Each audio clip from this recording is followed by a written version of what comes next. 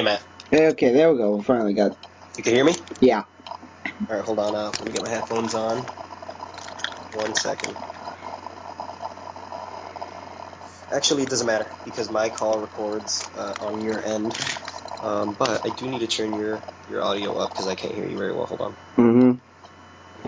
Let me get this morning, bud. Hold on. Talk again? Hello. Okay. Yeah, I think that sounds pretty good. Okay. Actually, your voice levels are kind of high. Can you turn it down? What? Voice is kind of high, the levels. Okay, there's nothing much I can do about that. Okay, never mind. Okay, let's do this. All right, let's do it. Is it recording? Yes. All right, welcome everyone to the MMA Freakcast. Oh my goodness, Matt, I don't know what number this is. What number are we on? We are on number, I'd like to say 16. We're getting there. We're getting there. Chugging along. Continuing on. Matthew Salzer here with me. Yep. Hello. And coming off of how would you describe the main event on Sunday, Matt? Shocking. Yeah. That's the best way to describe it. I guess the only reason I give pause is because I sort of had, I guess, not that I expected it. You never know when a fighter, even of 17. 17. We're on Freakcast number 17. Understood. When you don't know when if a fighter like Anderson Silva, even if it's a dominant fighter like Anderson Silva and a champion, you don't know if which loss is going to be the loss that precipitates sort of the end of the career, let's say, right? Yeah. And that could have been the case with the first Weidman loss in terms of the fact that we weren't really able to see him work past the injury in the second fight, right? And now he, ran into a wall in Bisping. And really, I mean, I didn't watch the fight, but we didn't really see him up to par in the Nick Diaz fight. But then again, Nick Diaz is a tricky fighter, so there we are. Nick Diaz, I think, I apologize for missing that one. Is a tricky fighter, and still, though, I think what has become more evident, even within Anderson Silva's own title reign, was that he relied upon counter-striking more and more. To the detriment of the entertainment value of his bouts, let's say, right? I think that on average he was a counter striker, to be honest, because whenever you watch him from day one in the UFC, I mean, you watch a Michael Bisping. Well, then again, yeah, I think you're right, because like the Rich Franklin fight, he was going in there, but his debut, Chris Lieben was going in there just trying to waylay on him and failing miserably, and because. And I mean, it could have been a combination of the strategies of those who have fought Anderson have evolved since then to not be so aggressive. That was his first fight, so maybe hey, I could do this, Yeah, it was his first fight. He was going in. Lieben was going in there thinking, I'm going to make a name for myself. He's fought in several different promotions because he did have a pretty good pedigree before going into the UFC. He won Cage Rage. He won a title in Shooto. He competed in Pride, so he had built a name for himself outside the UFC, so he was no slouch when he came into the UFC. Yeah. But then, but he was still, an unknown, and Chris Lieben still sort of threw caution against the wind, and that's maybe a style that you saw happening less as time went on. I think that the culmination, I would go so far as to say that the low point in this sort of being evident was in Anderson Silva's bout against Thales Leydens, which turned into effectively a stalemate because Anderson not necessarily refused to engage on the feet, but was not the aggressor when striking, and Thales sort of one-upped him by just sort of spending a lot of the time on his back that bout, right? Yeah, that is true. And in a way, it just sort of showed a hole in terms of Anderson Silva's ability to make for an entertainment fight 100%, or rather an entertaining fight 100% of the time, right?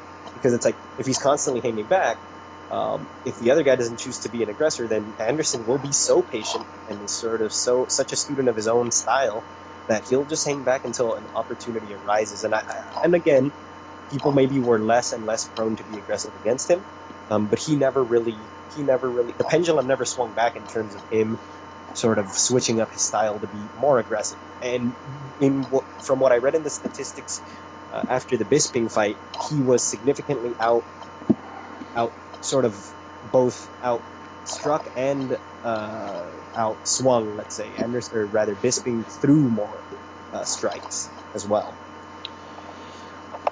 That'll usually get you a decision. Yeah, I think tentatively he's this is, I still consider this an upset. I think this is probably, personally, I think this, aside from maybe the what's the dude's name at World Series of Fighting being Jamie Yeager, this is probably the greatest upset of the 15 and 16 fellow. The 15 and 16. Go on. Yeah, 15 and 30. But this is probably the greatest upset of the month, possibly even of the quarter, because it's still Anderson Silva. I mean, that's the only guy who he's lost to in recent years was the guy who dethroned him for the title, and you could have made that statement, but he just lost to a long-time gatekeeper in Michael Bisping. Bisping's always been just outside of the cusp of a title shot. So, almost just outside of the bubble of contendership, right? Not even the title shot. Right? He's never been able to really get to that elite level. But I mean, again though, I understand how that is an upset. But Anderson Silva's not getting any younger, and when he won the championship, he was already an older athlete, by the standards of the sport at that time, and so his style, which is one that relies on incredible reflexes, that's not really going to age well, and I think that was something that sort of showed on Sunday night. Well, and then on top of that, you did have the injury, and that's psychological. That probably has more psychological issues than anything else. I mean, he was able to eventually build back the strength in his leg, albeit, of course, we found out via steroids. But that psychologically he may not have fully recovered and may never fully recover from that. I mean, having your leg snap in half, that'll do a number on anybody. Oh, absolutely. So do you want to sort of move us along to I don't know if you wanted to talk immediately about the fights this weekend, or if there's anything else you wanted to sort of pepper in. You know what? There's a number of things I've been wanting to talk to, and they've kind of been building up, but of course we've had been time off. We've been having a little bit of time off. So something that happened since the last fight night, and we weren't able to really cover this in the pre-show. Though I did record the podcast with Garrett Chachi. I know you had a chance to listen to that. I hope you liked that. Oh yeah, it was a pretty good podcast. It's kind of a little good side thing for you all to do. But something that shout out to Garrett. Yeah, something I wanted to talk about that we haven't been able to talk about was Kevin Randleman. Oh yes, We never got that opportunity. I would have preferred talking to it, closer to his passing, but So what happened? Just to sort of get people caught up, and then you could sort of head into it. Kevin Randleman, sort of a veteran of mixed martial arts, a UFC veteran, a mainstay during the mid to late '90s. Also had a successful stint in Pride FC, that is to say, he was also sort of prominently featured in many cards. A contender a couple times, lost the title fight against Boss Rutten in the UFC, lost his title, I think, in that fight, or might have been for a vacant belt. Well, it was for a vacant belt that time. He did eventually win the title, it just wasn't against Boss Rutten. There we are. And so, really, a long career. I think he dabbled in pro wrestling as well in Japan.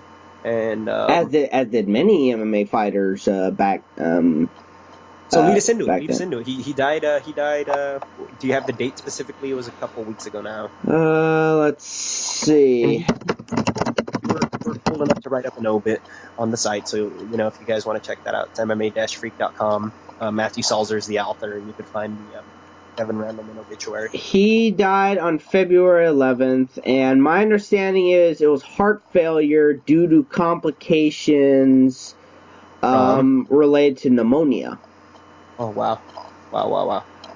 And this is somebody that I think this is a loss that must resonate with you. You're a wrestler yourself, and that's something Yeah, he was a 3-time NCAA finalist, 2-time champion, and then on top of that, he was one of the guys who, to me, kind of defined Pride back when I was growing up in Japan, because the first time I saw him was him upsetting Crow Cop. He punched him, dropped him, and then took him down and just started just bashing his face in. And then the ref called the fight. I got to watch that on live on public television. As it happened, yeah. And then we had. You know what he continued on. And then I also got to watch live him slam Fedor. Oh yeah. That was on his head, and then Fedor rolled out of it, and that's sort of a famous the armbar. That's one of the most incredible moments, and Fedor had so many incredible moments, but those are two good Pride moments you're pointing out there. One of which I think I covered on one of my Today in MMA History articles, which is his defeat of Crow Cop, which was a stunner at the time. But the thing is that for you, did you know that was an upset when you were watching that? Oh yeah, I knew it was an upset because Crow Cop had made a name for himself. He'd fought multiple fighters, and I honestly didn't know who Kevin Randleman was. I knew who Mark Coleman was. I knew who Mark Coleman. Well, remember, I grew up on Pride. All I knew about MMA was Pride. I looked at the UFC as like an amateur league. Yeah, anything else outside of Pride was an amateur league, which I probably am not wrong in making that statement. Oh, understood. I'm just saying, on this side of the Pacific, let's say, I don't mean to one up you, but I might have been aware of who Kevin Randleman was because of his early competitions in the UFC. He did sort of he was prominently featured in video games. Some of the early UFC video games, and a lot of at least sort of the advertising and marketing around the UFC at the time because of his appearance. Right, he had a set of gigantic eyeballs tattooed on his back. And he had bright blonde bleach hair, and he was a black dude, so it looked very striking. And yeah, I mean, it was interesting because I remember him. My impression of him was, wow, what a physically imposing monster, right? That was his that was his nickname, right? Yes, that was his nickname. His skill level was It was not like most fighters in Team Hammer House. It was let's be honest, it was one-dimensional. That's how most of the Hammer House fighters were. They were one-dimensional. They had somewhat decent striking, but it was all meant for ground and pound. They took their fighters down. They took their opponents down, and they ground and pounded them. If they couldn't do that, they couldn't adjust. Exactly. There was a time and place for that where that might work if you were just brute forced enough. If you could brute force your way enough to do it. But as time passed, obviously that wasn't a lasting. Yeah, guys like him, Mark Hare, Mark Coleman, they all couldn't adjust after a while, and they let's be honest, they became irrelevant after a while, and it's unfortunate that you got to see legends like that basically deteriorate, and you saw it in their records. I mean, most of them had losing. Towards the end of their careers, had losing records in their waning years. So, it was unfortunate to see that happen, but the fact of the matter is, if you can't adjust, if you can't adjust with the game, like some of the fighters like Robbie Lawler, Vitor Belfort, Anderson Silva, fighters that are Fabricio Werdum, if you that couldn't have lasted throughout generations, generational shifts, right? Generational leaps in strategy in mixed martial arts, right? Yes, if you can't adjust to that, then you're gonna be left behind, and that's what happened with the Hammer House guys, and that also happened with, I'd say, also the Gracies, and with the Lions Den guys. I mean, all those classic teams, they kind of got left in the dust because, let's face it, they couldn't adjust. So bringing it back to let's say the last half a decade of Kevin Randleman's life, I mean, had he been involved, in mixed martial arts? Let's see. He had not fought since 2011, and that was at in a fight card in Russia, and he lost that. And by that time, he already had almost an even record. He was 17 and 16 against Baga Agaev, and he lost by armbar. His last high-profile fight was in 2010. That was in Strikeforce. He had some fights in Strikeforce. He had 2 fights in Strikeforce. He had he also fought in the World Victory Road promotion, which is where he got his last when he took 2000 off completely, and then Pride got bought out. So in 2008, that's when he fought in World Victory Road and got his last win against Yo Kawamura. And then his last high-profile fight was against Holger Gracie at Strikeforce Artillery, and Holger's kind of also become a little irrelevant as well. Well, he hasn't fought in 2 years. He hasn't fought in 2 years. The last guy he fought was James McSweeney in 2014 in ONE FC. It goes to show you how long Kevin Randleman's career was, in that, even the memories of his late career now were a little while ago, Yeah, that is true. I looked at, and I referenced this in my obituary of him, but I looked at his, I looked at, I think it was MMA Junkie, who did a article solely based on the social media reaction. I saw nothing but mostly positive, I think nothing but mostly positive stuff about him. I didn't see anything negative about him. They talked about his fighting spirit. They talked about how he was a nice guy. Julie Kenzie, in particular, she's with Invicta now as the matchmaker. She had a particularly touching story. Talked about how he was in his corner in her first fight, and she's pretty much a pioneer in women's MMA as well. And she said that once he won, he raised her on his shoulders, made her feel like she just, I think her words were like something like made her feel like a hero. And it's just like, that just shows the testament of what kind of a guy he was. He wasn't like this brute force guy like, we'd see in Ken Shamrock. He actually had a heart to him. Yeah, there you go. He wasn't just an O for a Neanderthal, right? He didn't come across like just some mindless macho dude, He was a dude with a soft side to him. And so it's a tough loss. It's a tough loss through the MMA world, and as the sport grows and gets older, more and more this sort of thing will happen, and it's interesting because it's such a novel thing, and those memories that we have tied up in them tend not to be maybe sort of the most popular ones, right? I mean, we have people like one another that we can talk to and stuff, but you ask the layman, they probably do not know Kevin Randleman. So that's somebody who definitely deserves to have the spotlight put on them, especially now that this is happening. Yeah. Of note is that when I watched when they had Bellator 150 with the laughable Kimbo fight.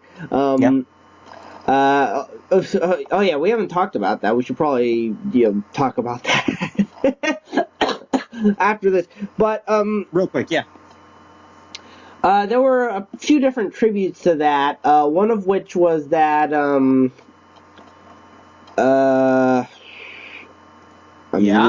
drawing a blank here. All right. Maybe not important. No, I think it's important when it comes to Kevin Randleman. It was 149. Right. Melvin Gillard, as a tribute to Kevin Randleman, bleached his hair. Oh, okay, yeah. So, and I forget who talked about him. Someone did do a shout out to him on that event as well. So it was just one of those things where that was only a week after his death. So week 8 days after his death. So I think it was pretty recent in everyone's mind that he is passing. So I think what a way to honor a champ. And I mean, since we're on Bellator, you want to move on to the data fight, or what do you think? Yeah. So this has been describe it to me. I didn't watch it. This is okay. You and I went to the World Series of Fighting the day after.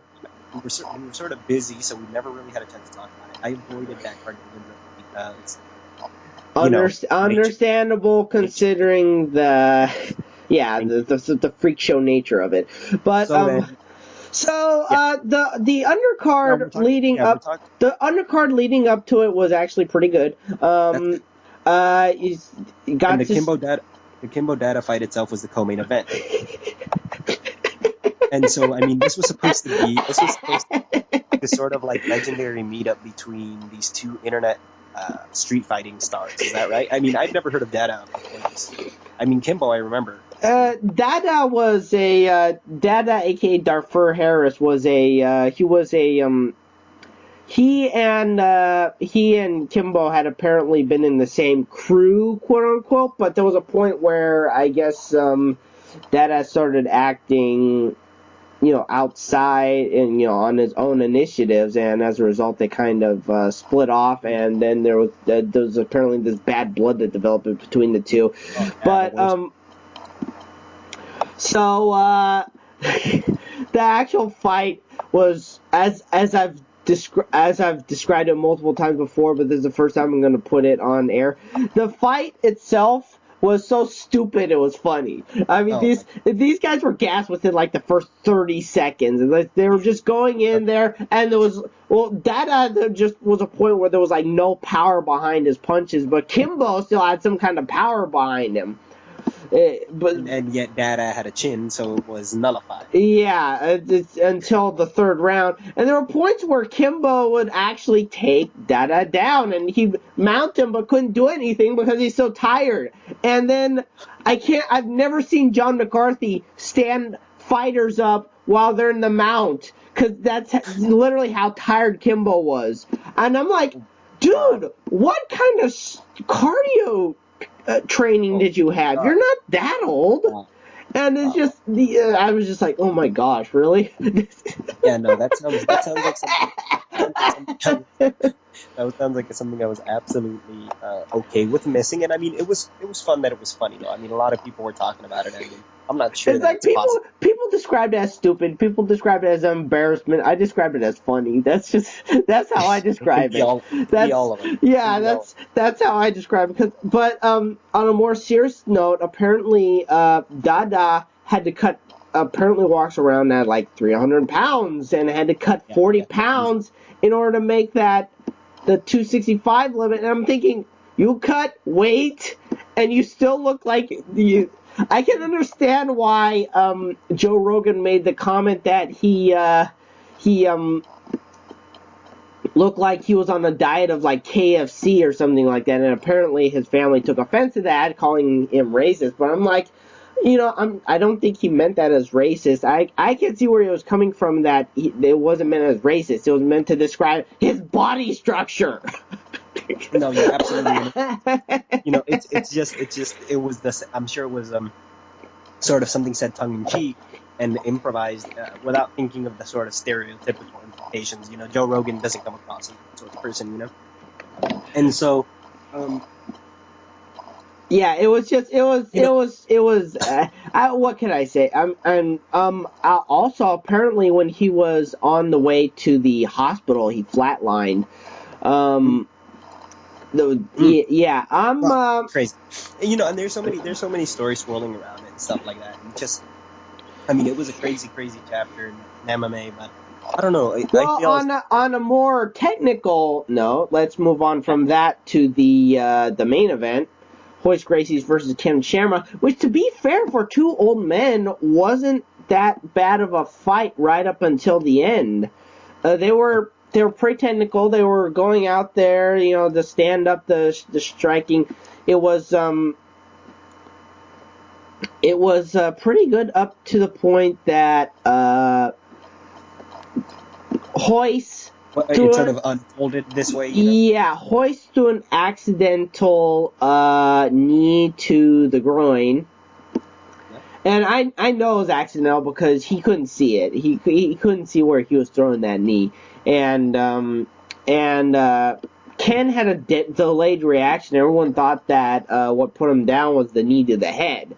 But, you know, you watch it and it's probably like a 5-second interval or something like that, but Royce threw the knee to the groin, the accidental knee to the groin, then threw the knee to the head, and it's after that you see him kind of clinch up and react to that, and obviously the ref didn't see it, but Royce went and finished it, and then Ken got up right away and was complaining that, you know, it was a knee to the groin, and then sure enough, if you went far back enough in the replay, it was a knee to the groin, and it was unfortunate that happened. I think it should have been called a no contest, but I guess in California they're not instituting the video replay yet with the athletic commission, so the ref called it as he saw it, which was a TKO, and this is one of those refs that I think I'm not sure. I really am not sure if I should call him a bad ref yet, like Steve Mazzagatti or Yves Levine. I could possibly call him inexperienced, but I don't think I don't think he was doing his job 100%, and I don't know why someone like Herb Dean wasn't officiating. It's sort of I think really in a bout like this, I mean, if I'm being frank, in a bout like this, you gotta sort of emphasize the silver lining of the fact that the two men were able to put on a competitive bout for as long as they were, because I don't know that any of us expected that, you know? Getting sort of mucked up in the controversy, save that for the title fights, you know? This is a fight between an old Gracie and an old Shamrock, and if they can put together a rematch and be somewhat exciting, you know, at this point maybe it's actually appealing because of how this fight went, right? Yes. You know, and that's weird. But if it works, it works. And Bellator has been showing that it works. And if you're saying that the rest of the card was solid, then, you know, maybe this formula is sort of working because they're able to get eyeballs on all of these shows. I'm sure this one was a resounding success, just as the other. Yeah, I'm reading the notes and it said that it has the highest highest gate of a Bellator event. So I don't know. I'm not sure how it did in terms of views. I'm sure that it probably got some, being that, you know, it had Kimbo on there and it had legends like Royce and Ken. So yeah, we'll see how that all depends on the future, right? Yeah. Yeah, I'm sure. What do you think? I'm thinking that the next heavy topic that we're going to touch on is going to be a preview for the UFC coming up this weekend. Yes, now, I know is... you like to pepper stuff in, though, so I didn't know if you wanted to get the stuff in now or after. Okay, well, one thing. Okay, I'll do I'll mention a bunch of stuff in short succession. So, with Vanderlei being officially released from the UFC, why they were keeping him on contract, I do not know. But Apparently, he's being groomed by Risen to sign on and then fight Fedor. Oh wow! Can you Wow. imagine that kind of a fight? There were when they did the Open Grand Prix, there was talks about the possibility of those two meeting, but because they both entered at one point, but Fedor got injured as he has quite a bit with his hand. So And I think they actually have both participated in. Yes, they both participated in the open weight Grand Prix. No, wait, no. Oh goodness. yeah, they did. Oh, yes, they did. The one that Krokop won. Okay. How did Fedor get knocked out of that one again? He dropped out due to injury. Okay. He didn't get knocked out. He dropped out. Oh yes, understood. He got a hand injury, as he has multiple times. So that was probably one of the early times that fight could have been potentially teased among fans, right? When that bracket came out, people ran that thought experiment. Oh, he could fight Pearl. Oh, he could fight Vanderlei, right? Yes. And so it could have, that fight has existed in the minds of fans in some form or another before, right? This moment. I don't think anybody expected it to pan out this way, but hey, you know what? We just got done talking about a pretty solid Gracie Shamrock fight in 2016. Yeah. So who knows if we can't see a pretty fun Fedor and Vanderlei Silva fight. That sounds like it would be all right. I mean, what do you think? I think it definitely has potential. Yeah, I think this could be a pretty good fight, and because Vanderlei never lost that intensity, and neither did Fedor, so it's not gonna be like two old men, walking around each other. I think these are two guys that would certainly go in there and bring it. They're both competitors, regardless of how far away their time is. So they're gonna go in there. They're gonna put on a show, and it'll be a good one. Yeah. If it does happen, of course. But I feel like and at this point, it's interesting that you and I are both. I mean, it's interesting for what it's worth that you and I are both sort of hoping that it does. But I mean, really, what matchups? What fans, those that are casual fans, they don't understand exactly how unique a position Fedor has placed himself in. In terms of. It makes for good podcasting. Anyway, in terms of, I don't mind. I'm getting over something. Don't. God. Anyhow, 1 minute. No, you're right. Gosh, you're distracting me. God, how did I lose my train of thought, you maniac? Anyhow, whatever. Fedor and Vanderlei. Okay, there we go. Point is, Fedor's been one of the. It sucks, dude. At the end of the day, it's like when Fedor lost in Strikeforce, the couple times that he lost, that was still a heavyweight hitting a couple of snags. It happens in everybody's career, right? And since then, we haven't been able to run the test that we've ran with Anderson Silva in terms of when you're big and you lose. What I mean in terms of big is popular and dominant. When you're the guy, when you're the man, and you lose, is this going to precipitate a lot of losses? What happened with Fedor was you saw 2 losses. Is that right? 3. Okay, 3 in succession. That was Bigfoot, Dan Henderson, and who am I missing?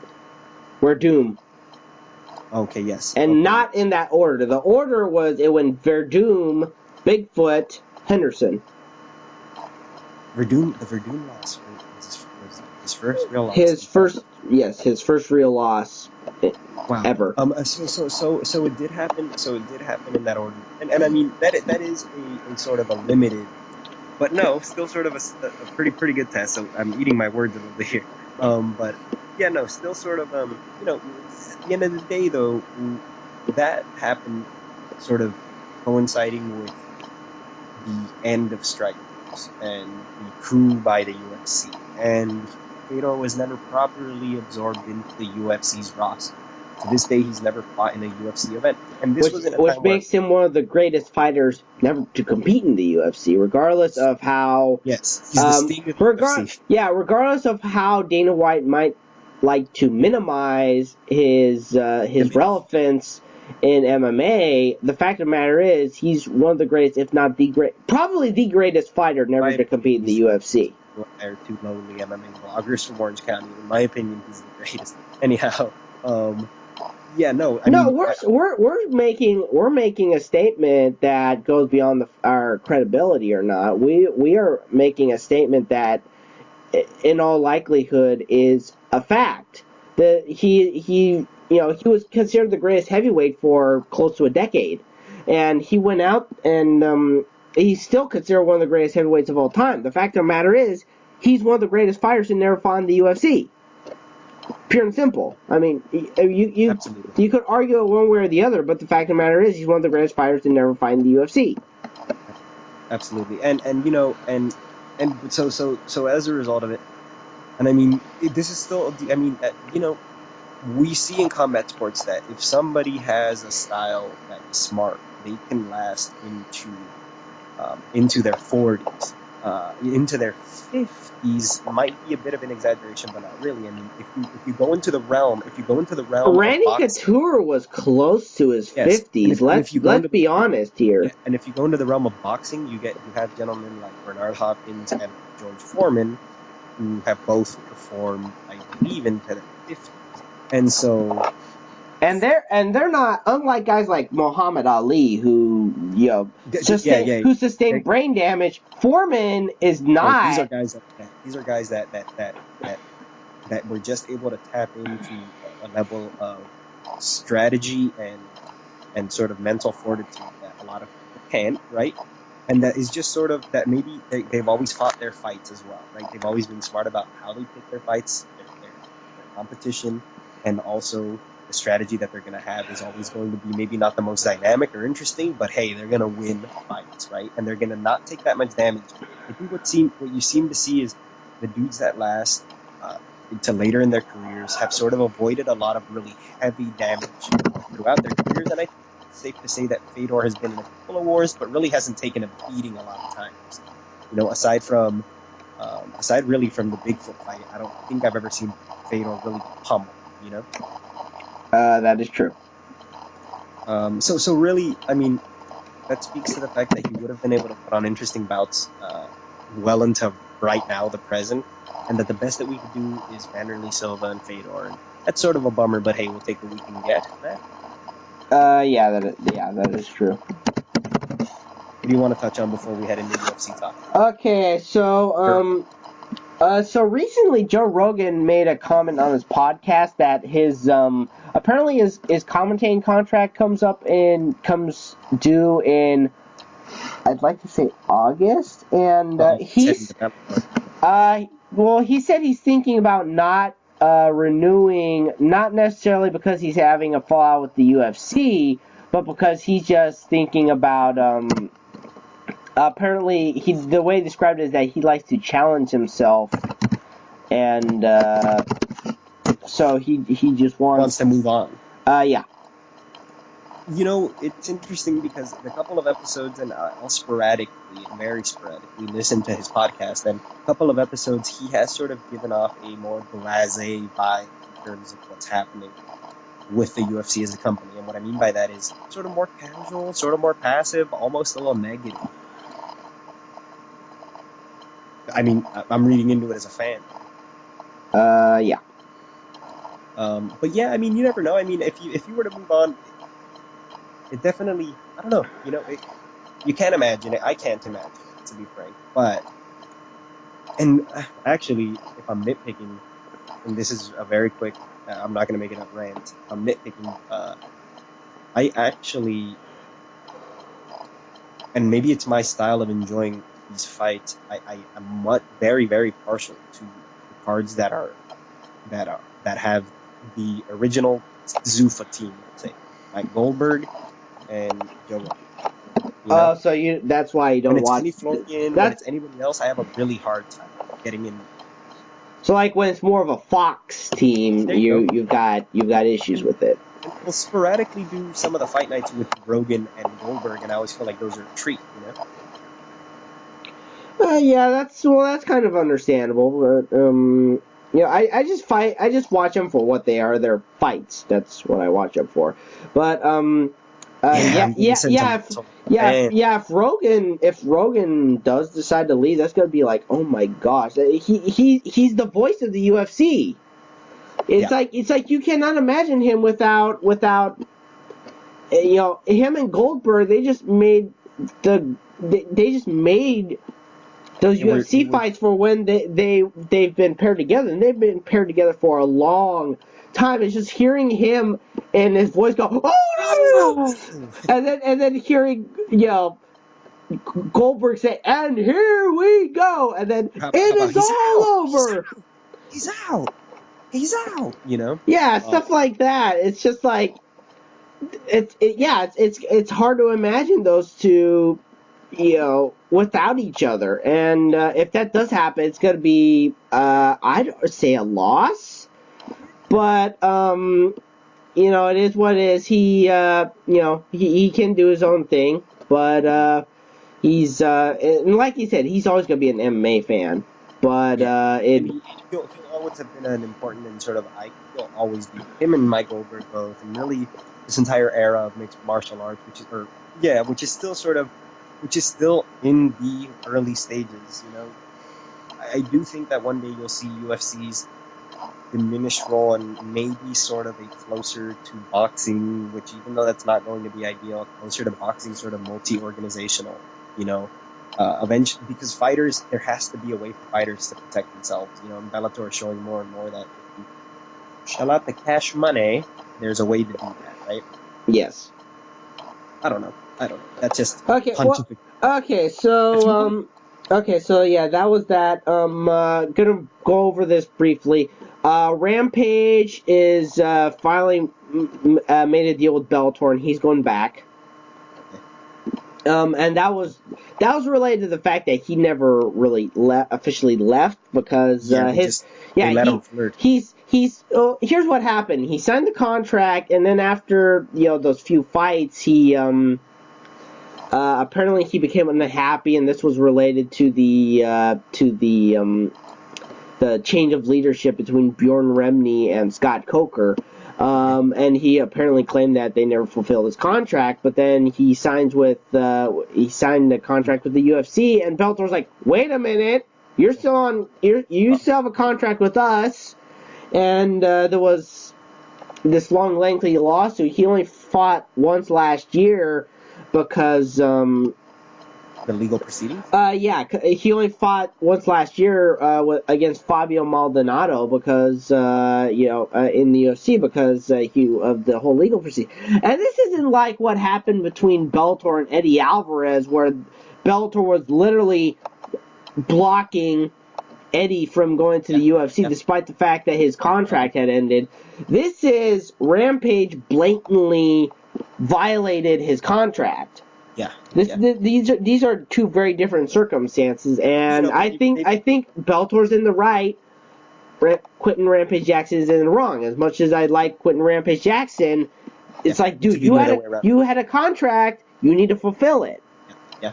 And then he's gonna get paid, he's gonna get his money, he's gonna fight for Bellator, and really Rampage. It's okay if he fights in Bellator right now, right? He's not such a draw or such a contender that he needs to absolutely be in the UFC right now. Right? Well, I think here's the thing: the UFC wanted to get him because they want to take any drawing power they possibly, any marketability they possibly can away from Bellator, because they've realized that they, despite the fact that they're using guys like Kimbo and an aged Ken Shamrock, they're using these names to get eyes on them. That's how they've gotten these record-breaking pay-per-views. That's how they've gotten, like I said, they just topped their own performance, which is still significantly under a UFC record, but still, they're getting eyes on them, and they're getting numbers, they're getting, et cetera, et cetera, et cetera. So they want to get whatever they could, but then it's like once they're in legal trouble, they're like, bring us home. UFC preview. Okay, so that the Rampage, I'm briefly going to go talk about this one Keep it super brief. Yeah, I've got a few more things that are going to be super brief. So apparently, on the Ellen show, Ronda admit that she briefly contemplated suicide after her fight with Holly Holm. So yeah, that's interesting. Then there's an interesting event on March 20th. There's this event called Your Fight, Fight, and it's got Ken Shamrock and Dan Severn are apparently settling their trilogy in this event. When is this? On March 20th. And, this is really soon after his fight. Yeah, and apparently Kurt Angle and Rey Mysterio are doing a pro wrestling bout. Roy Jones Jr. is going to fight a fan, and if said fan knocks him out, he gets $100,000. And Chael Sonnen and Michael Bisping are going to be in a grappling match. What city is this? This is in Phoenix, Arizona. This is a very diversified event. What? You want to drive out there? Is it worth it? Is it worth it to watch one match? One MMA match? Whatever. Let's move on. Okay. So the UFC preview, go. Okay. So yeah, we're UFC 196. It was originally going to be Conor McGregor versus Rafael Dos Anjos for the lightweight title. Dos Anjos got injured, and after contemplating a number of opponents, they chose Nate Diaz at welterweight. So this is going to be an interesting fight, to say the least, because it's the first time we get to see Conor McGregor at welterweight. He's fought at lightweight before, but he's fought primarily at featherweight, especially in the UFC. Now he's going up 2 weight classes and fighting Nate Diaz. Nate Diaz has fought at welterweight before. So what I'm curious about here, what I'm confused about, I guess, is that is wow. Okay, so I think what I hadn't wrapped my head around, and I think I'd been confused by, was the fact that, and Garrett and I were able to sort of speculate on what might happen in terms of who would step in, or if McGregor, Garrett was paused as to whether or not McGregor would accept the fight, or Dana White would allow a fight to continue. That wouldn't be one that would only be able to maximize profits. We see now that this has happened. Now, what I'm curious about is, so McGregor just avoided a cut, is that correct? Basically. And that might not make for ideal conditions in terms of performance, is that right? That could be the case, but his trainers were talking about how because he's not having to eat salads and stuff like that, that he's actually doing quite a bit better, because he walks around at around 170 anyways, so that's a huge cut to get down to featherweight, and I can people are saying that he has to condition himself, he has to watch himself, there you are. having to cut that much weight in order to get to featherweight. I automatically knew that 10 pounds makes a lot of difference, or 10, 15 pounds, and him having to not cut that much weight in order to get to lightweight, I automatically knew that was going to be a little bit more of an advantage of him. People are saying, he's not having to watch his diet so much nowadays. So I automatically knew that was going to be an advantage, and now I'm thinking, how is he going to be up at his natural body weight? And we could honestly, there were rumors that he might be challenging Robbie Lawler for the championship if he successfully beat Dos Anjos, and I personally don't think that would actually work out, considering you look at how tall Nate Diaz is compared to Conor, but ultimately I don't think that's going to work out, but it's a little intriguing anyways. But in reality, there's a huge difference in power. Conor walks around at around 170. Robbie, I can guarantee, walks around at about 190, maybe even around 200 pounds. That's a huge difference in terms of weight. Robbie could decimate Conor in a way that no one at featherweight or lightweight could. I mean, you're talking about unrealistic expectations here. I feel as though my brief breakdown of the Nate Diaz and Conor McGregor main event would be that Nate Diaz actually has a pretty decent chance. I'd Oh say yeah, oh yeah, a good chance. oh yeah, he has a very very decent chance with his fighting style, with his submissions. I think that he Yeah, could potentially give Conor a run for his money. And but get then an official but prediction. then if he actually beats Conor, the question then is, where does everyone go from here? Because Nate's a contender at lightweight. It's like, what does he get the next title shot against Rafael dos Anjos? And and then at that point, it's like, what does that do about Conor You know, even contemplating moving up? well, it'll diminish Connor's marketability. But I think Dana White subconsciously likes reminding the fighters that it's not the them show, it's the UFC show, you know? Yeah, which And my understanding is Conor's kind of developed a bit of an ego in the back of his and Dana head. White clashes with personality types because personality types tend to leverage for themselves, and Dana White is for the better. Determinant. The UFC is a company, right? Yes. Now I'm gonna give a prediction. My prediction is going to be Nate Diaz in a 5-round decision. Oh, okay. You want to give one? I'm gonna say Nate Diaz by submission, honestly. Yeah. Because You we want to never give a round? round 3 or 4. Okay. Which one? Pick one. Round 4. I'm gonna pick it. I'm gonna pick. That's your prediction. Yep. Yep. That's my prediction, and we'll see if we're right or wrong on this one. We'll see. Oh, shoot. Okay, and then co-main event, Holly Holm versus Miesha Tate. This is actually the first time, I think, since, what was it, UFC 1 or 51, I think, that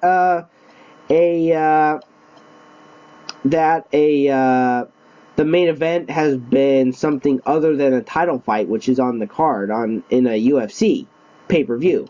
I see. First time since 51. That's a while back. What was that? Who was that headline by?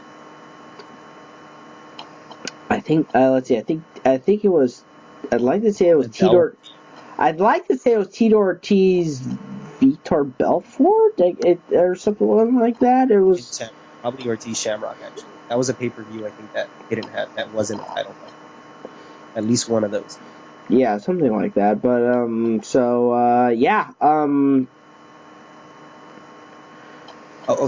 So I mean, you know, yeah, that's weird. But I mean, Conor McGregor. We can all understand that because Conor's the cash cow right now, and Dana White wants to keep him as the main event. Whereas Holly Holm and Miesha Tate, they were kind of always the co-main event, and unless Holly Holm is fighting Ronda Rousey, it's not as much of a draw. But that's not to say that the ladies shouldn't be offended. Holly said, my understanding is in statements that she's made, Holly isn't offended. Okay. Yeah, so she's making her money. Yeah, she's making her money, and this fight definitely has implications as to who Ronda would fight next if she decides to fight again. Because obviously from that suicide statement, let's be honest, I'm not 100% sure if. She's been on top. She's been dominant. She's been a winner in MMA since the beginning of her career. I mean, that's a long time not to lose. She hasn't lost anything since 2008 when she lost in the Olympics. So that's a lot of years not to lose, and I'm not sure if she is in a mental state to actually absorb that. She's gotten a big. Let's face it. She's got a big ego since she's been champ. Yeah, since she's been champ, she's become this rock star, and then all of a sudden, part of that rock stardom, part of that ego, just got destroyed. It's just like, and then on top of that, her coach has lost his coaching license. So unless they're planning on going out of state, I don't think Edmund Tatarov can coach her again legally in the state of California. So leading back into the and he's had a lot of issues to begin with, and I'm just Ronda's mom has been saying that she should drop him, and it's like, Ronda, I think you should take your mama's advice Well, it's a and find a strange new camp, though. coach. It's a strange camp where it's like her mom is trying to handle her career, having her own opinion, and she's voicing it to the media, probably against Ronda's will. It's like it's a lot of sort of weirdness going on in terms of like people having things invested in Ronda, and maybe Ronda needs to think about Ronda, right? Like you said. Um, Well, but and let's remember, Ronda's mom is. Well, there's a reason where there's a source where Ronda got her opinionated, outspoken demeanor, and it's from her mom. Yeah. And her mom's going to voice her opinion, and that comes with the territory. And her mom is doing saying what she feels is best for Ronda. She believes that Ronda needs to break away from Edmond. Understood, but her mom is not the person in the octagon taking kicks to the head, and yeah, I mean that's one thing. But at the end of the day, Ronda Rousey has to make the decisions that she has. Well, honestly, something else that I think that kind of points towards the fact that Ronda really should consider changing camps. In between the first and second rounds, Edmond said, "You're doing good." Yeah, that was really bad. You're not. And he's doing bad.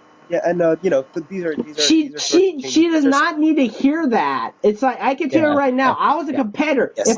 If I got a break in between rounds, I did not need to hear, and I'm losing. I do not need to hear you're doing good, whether it's in wrestling or whether it's in MMA. I don't need to hear that. I need to hear you need to improve this. You need to improve that. I can't hear you're doing good after you just lost a round.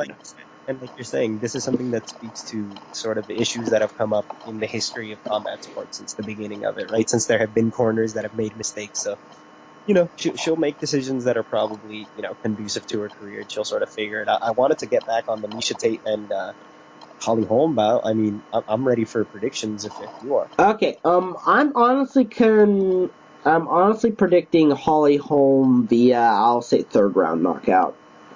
I am going to make the same prediction, same person, but second round. I was going to say second round. Ah, so the Ronda round. Let's call it that, the Ronda round. Yeah, well, and, the thing is, obviously, since Miesha has a more wrestling-based style, she's definitely going to try and do that against Holly Holm.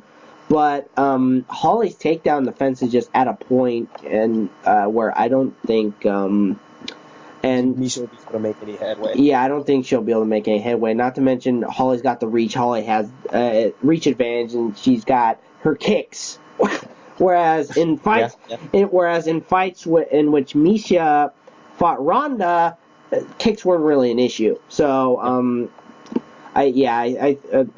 also going to predict that it's probably going to be a head kick because even though she's a boxing champion, let's face it, she was a kickboxer before she was a boxer. So I think it's going to be a head kick. But all right, Matt. Yeah, we'll see. On a time crunch. We got to wrap it up. Okay, so another thing this is one of those rapid fire things. So I in between the last show and this show, I did the final categories for the MMA Freak Awards. So as part of this wrap up, I'm going to do a brief crunch. So top 10 moments of 2015: UFC Fight Night Glasgow, Luke Rockhold versus Chris Weidman, a mainstream rise of Paige Van Zandt, Demetrius Johnson's last-second submission, John Jones reinstated in the UFC uniforms enforced, Stitch Duran leads the UFC Fight Packs programming expansion, Bellator sets cable ratings records again, weight regulation changes in California, Arkansas, and ONE FC, fighter dies in ONE FC. Then the actual moments, those were the honorable mentions. Number 1, Holly Holm knocks out Ronda Rousey. Number 2, John Jones stripped of the DUI. Stripped the title to DUI. Number 3, UFC 189 press tour Dublin appearance in which Conor grabbed Jose's belt. UFC 189 overall. UFC the return of Fedor Emelianenko. That was number 5.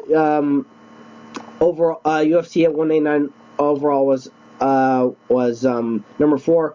Number 6, fall of 7 of the 10 UFC champions. Number 7, Conor McGregor versus Jose Aldo. Number 8, Robbie Lawler versus Rory McDonald 2. Number 9, UFC Hall of Fame expansion. Number 10, UFC drug test fallout from UFC 183. Top 10 submissions. Honorable mentions. Paul Craig submits Marcin Lazar's at Bama 23. Tony Ferguson submits Gleason T-Baugh at UFC 184. Kron Gracie submits Edson Yamamoto at Rizin 2. Rina Kubato submits I think that's Gianna Valento at Rizin 2.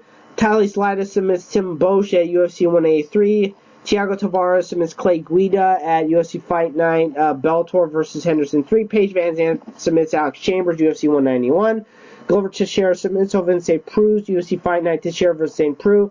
Then the actual top 10 submissions. Ronda Rousey submits Kat Zingano, number 1, UFC 184. Number 2, Demetrius Johnson submits Kyoji Horiguchi, UFC 186. Number 3, Fabricio Werdum submits Cain Velasquez, UFC 188. Number 4, Hideo Tokoro submits Kazaemon Saiga at Rizin 1.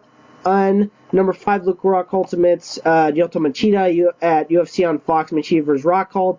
Number 6, Alexis Davis submits Sarah Kaufman at UFC 186. Number 7, Daniel Cormier submits Anthony Johnson at UFC 187. Number 8, Benson Henderson submits Brian Thatch at UFC Fight Night, Henderson vs. Thatch. Number 9, Pepe versus submits Andrea Philly at UFC Fight Night, Maya versus LaFleur. Number 10, Rose Namajunas submits Paige Van Zandt and UFC Fight Night Namajunas Van Zandt. And okay, I'm just gonna go over some highlights from this point on. Matt, give me a second. Unfortunately, I gotta go. Okay. I'll just not name off the top the number 1. You top 10 knockouts. The number 1 was Holly Holm versus Ronda Rousey. And I'll mention this. Number 2 was Conor McGregor versus Jose Aldo. Then fights. Number 1 was Robbie Lawler versus Rory McDonald, UFC 187, and then number 2 was Andrei Arlovsky versus Travis Brown, UFC 187. Okay, that's it. So wrap up. No, sorry to hurry you along. I was gonna say though, if you're gonna want to recap your the list and stuff like that, we should start doing just videos of you doing that. I mean, every time you put out a list, you should just do a video of yourself. Prepare a little bit of a breakdown of each one of the things on the list, and you could have a video for each one of your lists. It would take like 10 minutes. Something to think about. Yeah, something to think about. Anyway, thanks, man. Yep. Freaking good podcast. I'm at Edson_V. I am at Matthew Salzer, and we are at MMA Freakout on Twitter. What's up to Heffy? Hey, how are you, Garrett? At Heffy Jr. Yes, at Heffy Jr. Garrett, not quite up on the grid yet, but we'll get him there. And thanks to everybody else involved with the site, and thanks everybody for listening. Yep, okay.